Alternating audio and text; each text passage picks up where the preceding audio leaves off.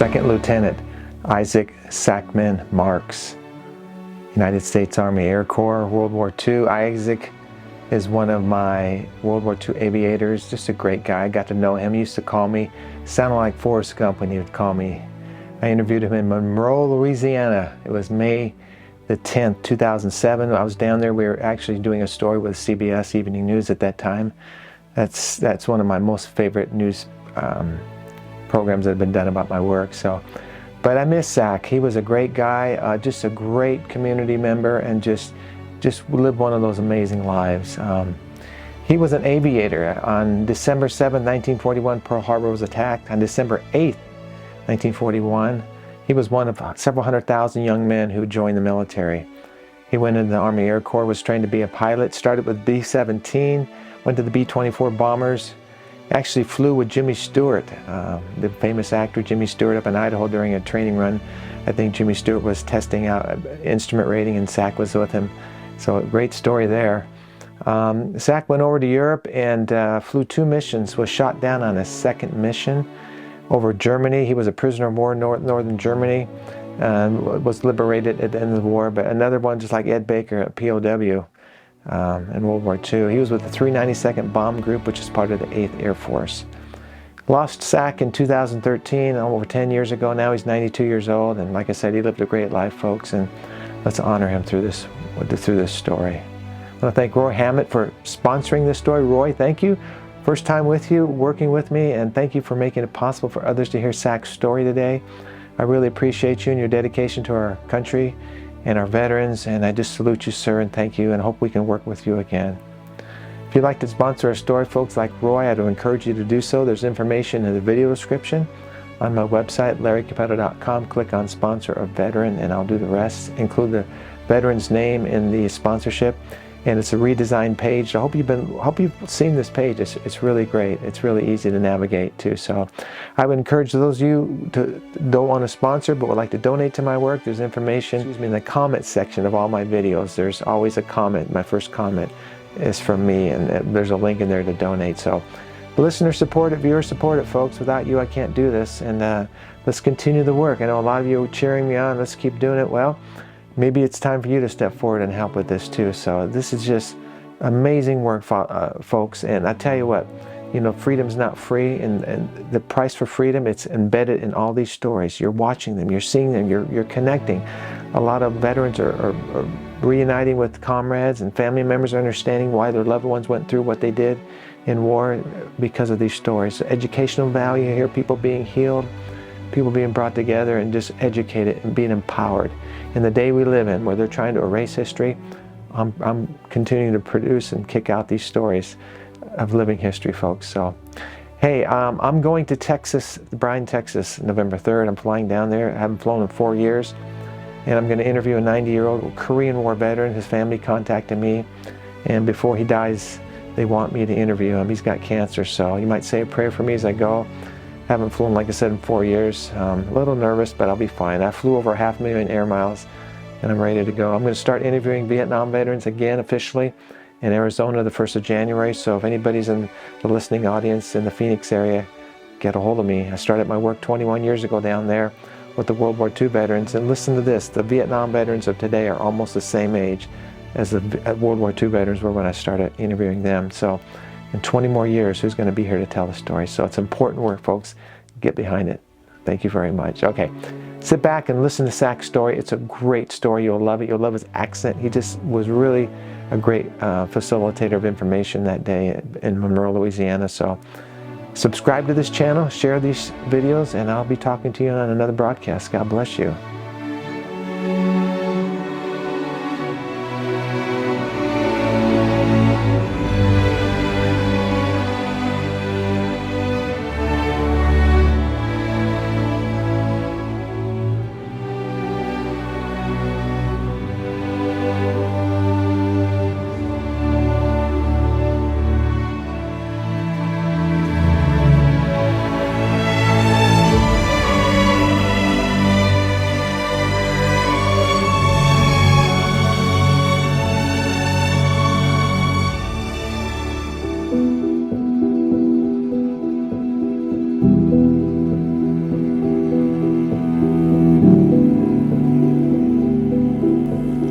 when you entered the military. What year was that?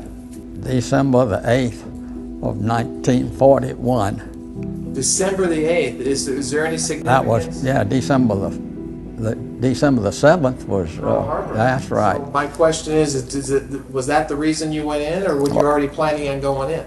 I was already planning to go in. I went to Barksdale Field and registered on the 8th.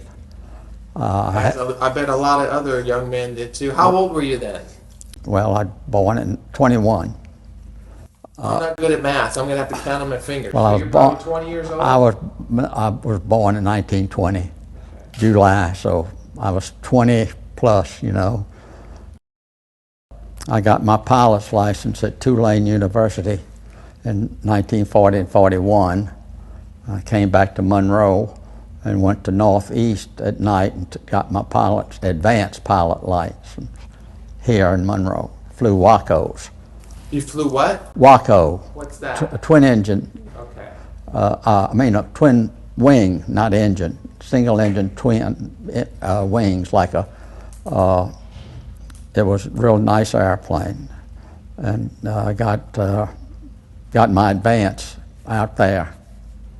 They called me May of 42 to get in the Air Force. And it was the U.S. Army Air Force. Was it the Air Corps or the Air Force? U.S. Army Air Corps, our Air Force. It was Army. And that was 1942. Uh-huh. And at what point in your training were you a B-24 pilot? Is that something that happened at that time, or? Oh no, we thought we were going to Maxwell Field, a bunch of us from Monroe and area, but we went out to the West Coast, to Santa Ana, California, and we stayed out there. And from there I went to flying school at King City, and that's where my wife and I got married in 1942. And then you went back overseas? Not yet, no, I still, from there we went to Chico, California, flew another single engine airplane, and then went to Stockton, California, flew AT-6s, but they wanted us to fly a twin engine, but the weather had been so bad and so forth that they couldn't do it. So that at Christmas time they sent us to Yuma, Arizona, out in the desert, and we flew twin engines aircraft. And even Christmas night and Christmas Day and New Year's Eve and New Year's Day we were flying. We lived in tents, and if we went to Christmas dinner we had to wear a gas mask because the sand was blowing so. And then came home back to Stockton. Then we went to Hobbs, New Mexico, fly B-17s. And from Hobbs there, Jimmy Stewart, the movie star, came from Hobbs. So when we got through with that, we went to Boise, Idaho, flew B-17s. And I flew with him on his instrument test he had. Jimmy Stewart? Yeah. And he and I would fly over to another place and get gasoline if we were low and spend the night and then come back to Boise. Wow. But from there we went to Pocatello. And at Pocatello they changed us over to B-24s. Now the B-24 was a bomber? Yeah. And now, at what point were you shipped overseas? When was that? I went overseas in September 43. of 40. Yeah, 43. 43. Where did you end up over in Europe? Well, I flew overseas and went to Reykjavik in Iceland, and from there to Prestwick, Scotland, and from there they took us to Wenderling, England. It was a little ways out of London. Actually, they took us to Stone first, England, and then they took us to Wenderling, where the 392nd Bomb Group was. Can you tell me, I'm probably going to jump back and forth. But Okay. how many missions had you flown before you were shot down? One. So your first mission or your second? Second mission. So where were you based when you took off that day? Windling. That's where the air base was. Can you walk me through that mission? Yeah. And what you remember about it, and then being shot down, obviously. I want to Right. hear the story here. Right. Being I was a replacement crew, they put me a low man in the last squadron. And believe it or not, that was a position you never came home. So my co-pilot, he slept a little bit later, and he finally came and asked me where we were going. I told him Bremen. I said, but we were a low man in the last squadron, so I doubt if we're going to be coming home. So we went around the North Sea. When we took off, it was so foggy and cloudy. We had all instruments going up to 19,000 feet, and finally broke out and got with the crew, the other members of our group, and went around the North Sea twice and went over the Bremen twice.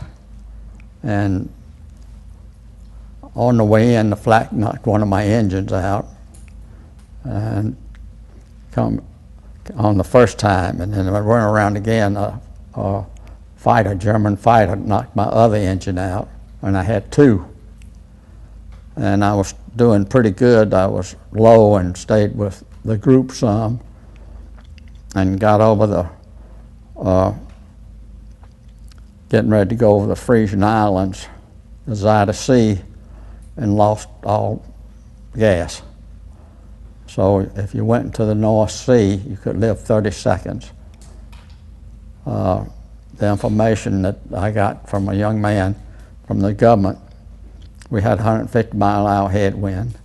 We were 24,000 feet, and B-24 used twice as much gas at 24,000 feet.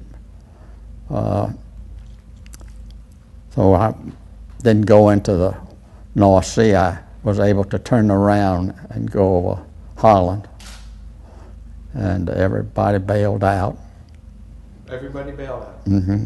All of them got out, but So can I ask you, when you're at that point, is there a lot of panicking going on, or is it just like, okay, guys, nope. out you go, or whatever? When it stopped, that's time to leave. Was it nighttime? Daytime.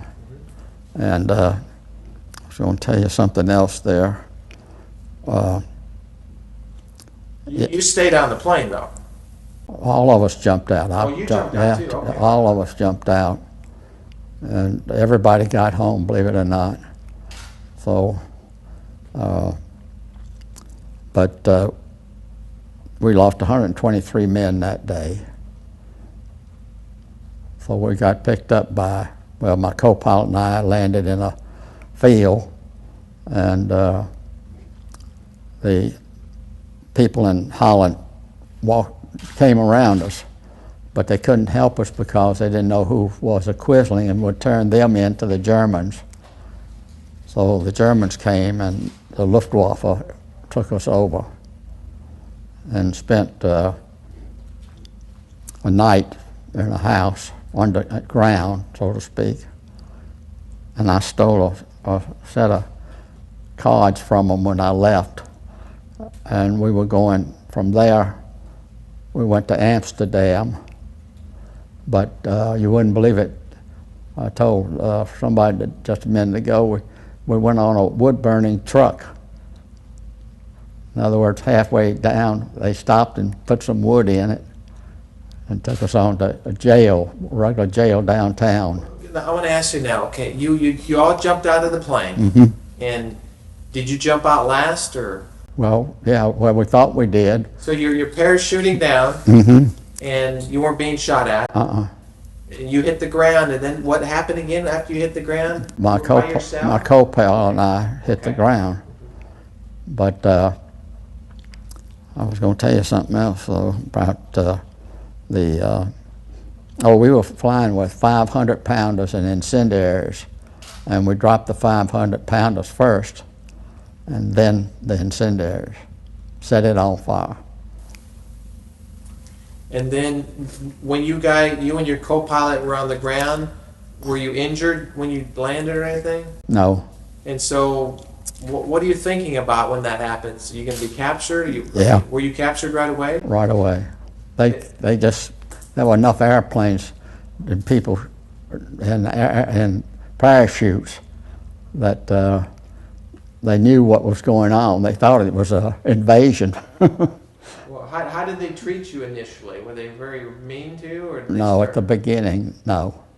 They were very nice to us, and other than putting us in jail, and then they put us on a train going to Frankfurt.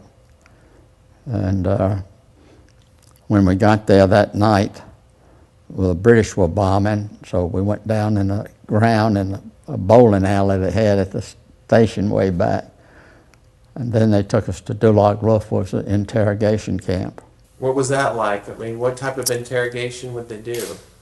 Well, you lived by yourself. You were isolated. And they saw that my dog tag had Hebrew on it. So so-called Red Cross man came to see me. And all you could give him was your name and your serial number. That's it. And but he saw my dog tag, so he wrote Jewish on the door. And I got heat at night, during the day, and no heat at night. And you got fed underneath the door. That's it. You had potato soup, that's all. And if you need to go to the restroom, you better think about an hour or two ahead. So you were living like this at this interrogation camp for how long were you there? About 5 days. Okay, and this is where they were feeding you like you're describing? Yeah, and the interrogator told me that we had hit a hospital and killed a bunch of folks in the hospital, but I don't think we did.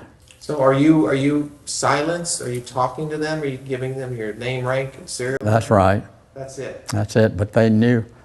My grandparents were from Ingenheim, Germany, and they knew that my grandparents had come from Ingenheim. I guess by somebody here reading the newspaper. Interesting. There were spies over here.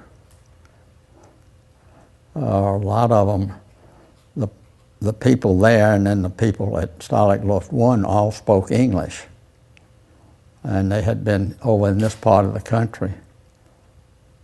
I'll tell you a story about that and when we get a little further down the hill. So what's going through your mind, though? I mean, you're a prisoner of war, I guess, at this point, and are you fearful for your life, or do you have thoughts like, how long am I going to be here? What's going through your head? Yes. How long was I going to be there? What they were going to do to me, see. Were you afraid that they might kill you or anything? Yeah. I'll get to that later. But from there, well, first, before we got to Frankfurt, we changed trains, and while we were doing it, the Hitler Youth were changing, and they saw us. We had our pink, light blue electric suits on, that's all, and they saw us. They were coming to beat us up, but our guards, we had 4 guards with 8 people, so they didn't let them come. They made get back in their train.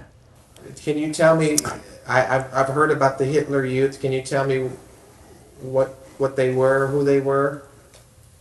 Well, they Were they all young people? Or? Oh, all young people, yeah. They were Nazis? Yeah. Hitler took the kids away from their families early and only taught them one thing, and that was to hate. But from there, we went to Stalag Luft 1, took us on a train, and they were going to load us in a boxcar. But the commander, the captain with us, and he said, we're not supposed to do that. you're supposed to treat us just like a captain of the German army is treated. And believe it or not, they put us on a regular train. And we got to Stalag 1 up at Bath, Germany, out in the Baltic Sea. And it was really cold when we got up there. It was raining, turning to ice, but you couldn't put your hand up to get the ice off your ears because the dogs would get you. So we went there, and there were only 250 when we got there. And there were 3 barracks. And in our barracks, there was one restroom, so to speak, with one thing, one water hole, one water fountain, so to speak. And at night, they had a conga line up. We got locked up about 3 o'clock in the afternoon. So then in the morning, they locked that room down and you had to go outside. And it was all wood.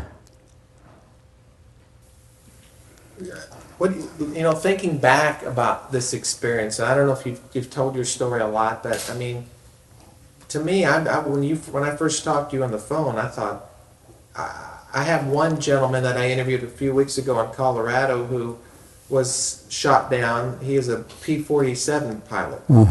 And he wrote a book, By the Grace of God, which I've been reading, and it's an amazing book of his capture after 12 days. But he wasn't a prisoner of war for 18 months, and what he went through. At what point does it seem hopeless? I mean, is there a point during that 18 months that it seems hopeless? Do you have any communication outside of there? You probably didn't, I mean. Well, we had communication all right, because we had radio, got radios. There were some people who were forced labor there. They were from Italy around, and we had somebody knew German or whatever, and paid them cigarettes and got radios. This is a little off the subject, but did you ever watch Hogan's Heroes? Yeah. It was nothing like that, right? Well, yeah, it was an all-officers camp, okay? And we ran it most of the time ourselves, fixed it up, built a theater out of Red Cross. You did? Yeah, out of Red Cross boxes it came. The food came in Red Cross boxes, wood boxes, and made pews out of that. And then we started a garden, but we were using that because we were digging tunnels and put the dirt in the garden. And we put whatever was left from eating, we put in there. And it did very well in 1944. And we did all our cooking in South Compound. That was the only compound at that time. And there was a new barracks built, block number 7. And there were 8 of us volunteered to go over there and fill the mattresses with straw and everything. And I asked the guard, who was Tista, that we could move over there. He said, "No, you can't do that." I said, "Oh, Tista, we didn't have to do this. Let us move." And by gum, he did. And there were only 7 of us in one little room right next to a big water heater. And the restroom was big. Everything was new. And I worked on the coal detail. And at night, we took one of our lockers and made a shower out of it, cut a hole in it, and put a clim can up there.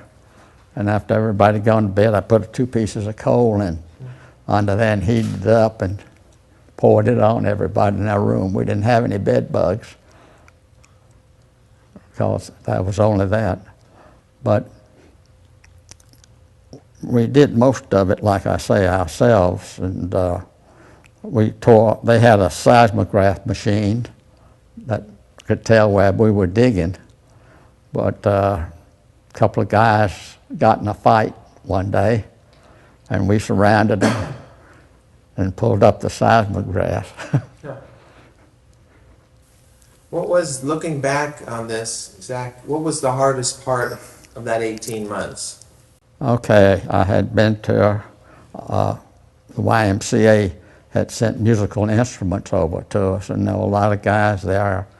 Now, we were up around 5,000 or 6,000. We ended up with 9,500. But when I came from the concert, my co-pilot told me that what they heard was bad. They didn't count Jewish soldiers as Americans. And Geneva Convention said people of different nationalities lived in different barracks, and they didn't count us as Americans. That was in 1945. And we were going to go to Berga in Czechoslovakia, which was so-called work camp. But we were going for about 4 days in a row. And then they decided they're going to put us over in North Compound, of 150 of us. And the Russians had cut the territory off, and they couldn't take us. But most all of those from other camps who went there didn't exist anymore. And fortunate for me and my friends, we didn't have to go. So, men died during that time? Not too many passed away. We only had one man was a surgeon from England, and he did it. One guy had a appendix taken out, and what we did was heat him up with brick and a towel to keep him warm while he recovered. And if you had to fill your teeth, there was a bicycle drill and no Novocaine or anything. And to fill it, he used the lead from a Gillette razor. In fact, we made some things to put on you. The American deal for Air Force were made out of those too. Tell me, are you in a particular Stalag? Where were you at this time? Stalag Luft 1. 1? Uh-huh. And where in Germany was this? That's on the Baltic Sea, north of Berlin, between Kiel and Stettin. And there were at one time 9,500 prisoners of war?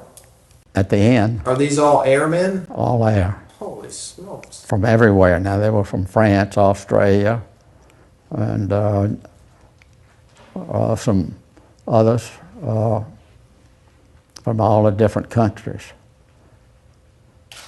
But everybody worked together. Only one time, well, 2 times.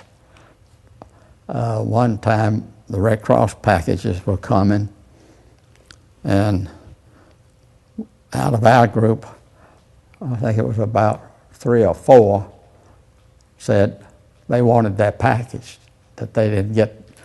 See, we were cooking with it, the whole thing. We'd get 3 packages on Monday, 2 on Wednesday, and 2 on Friday.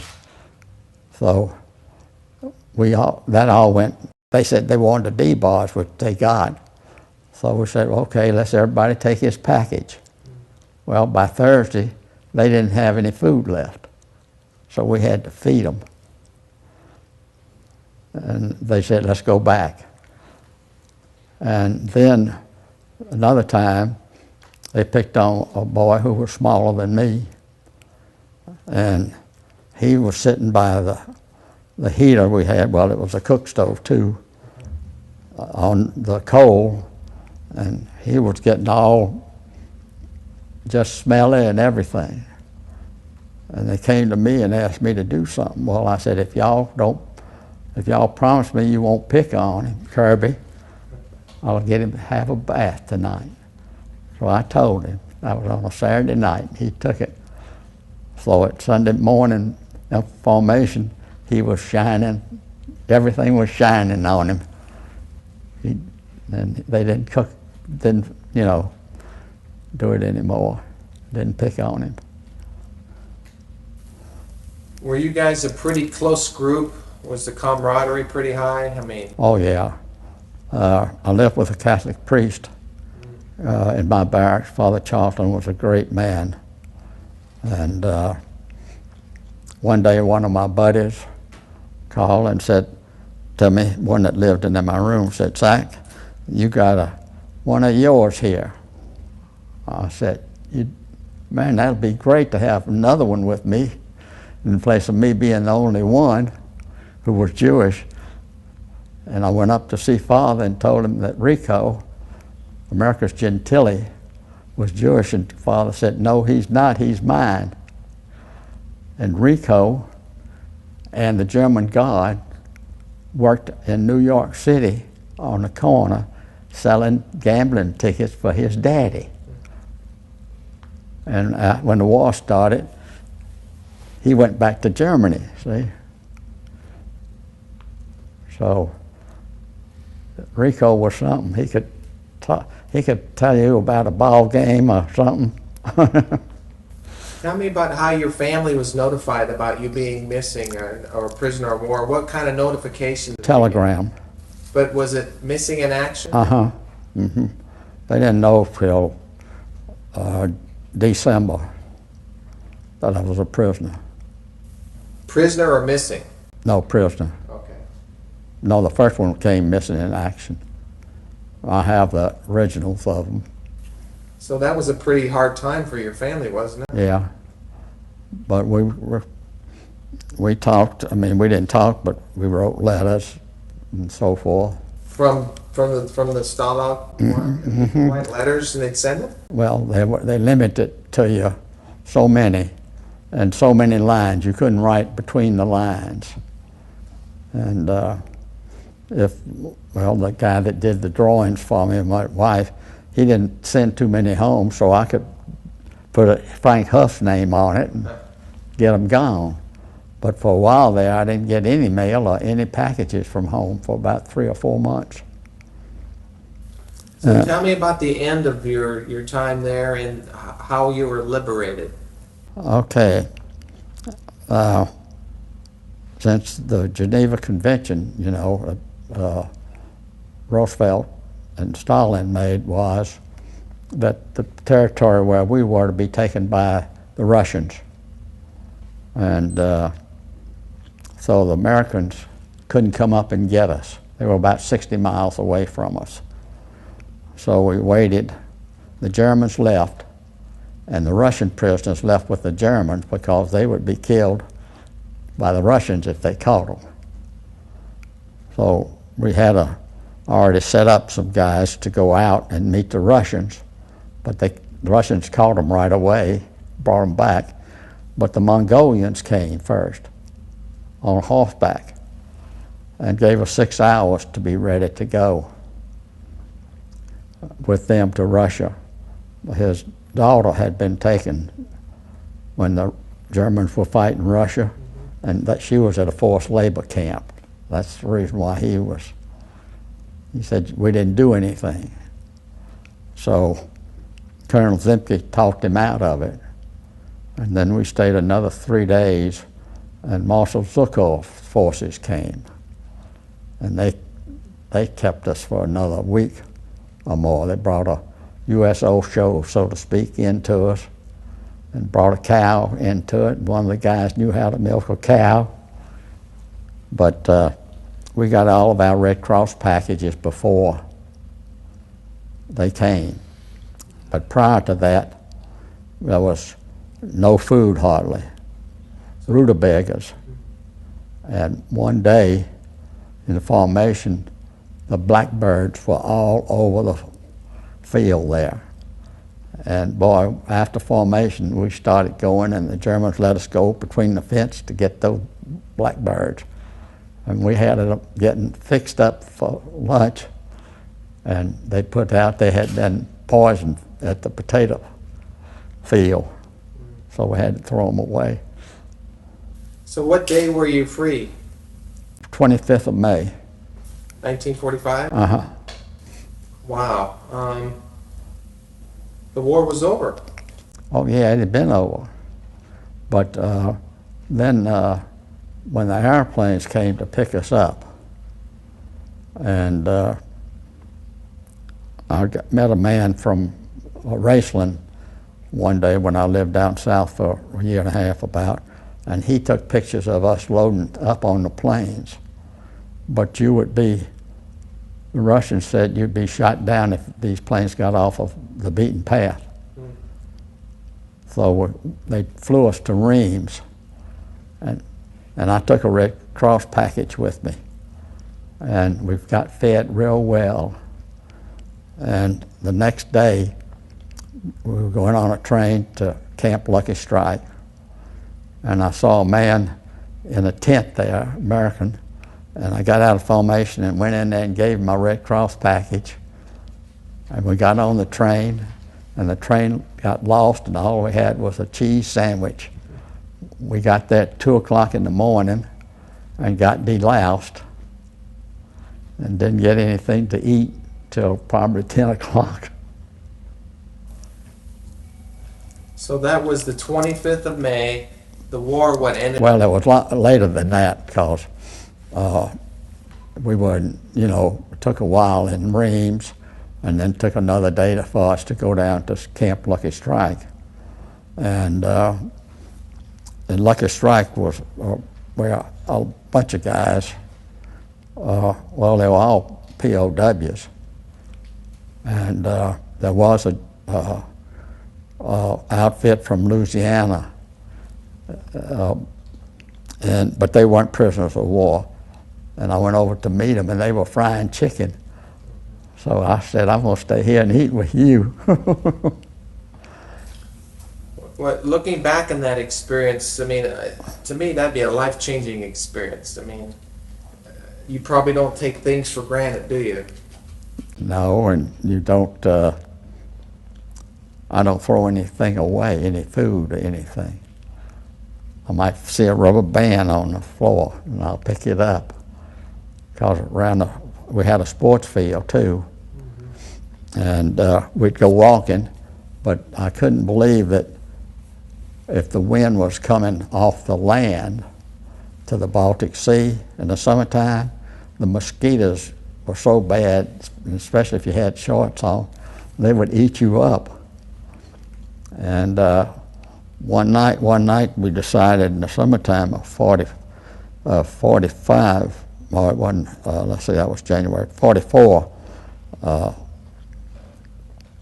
we took some,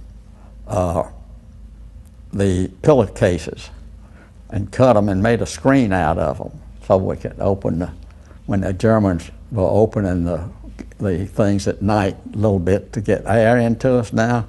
So we put those screens up and made them so that, but what happened was one night the Germans were we could see them underneath listening to what was going on. And some of the guys got some margarine, which we had a lot of, and heated it up and poured it on them. So that was about 8:30. Well, they pulled us all out and put us in the sports field. And we had never been out that late, and they were looking for the radio. And they had us all on one side and everything. And when we went from one side to another, there were little humps of sand, and they had guards come and sweep it up. And then when we left from the other side, it was the same thing. Did that about 3 times. So they left, said we could go, but what we'd had was a medicine ball, and in the medicine ball was a radio, and they were throwing it from one side to the other.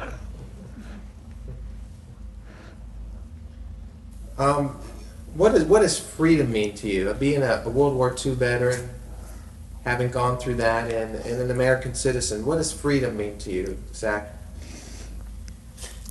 Well, I can be respected in every way.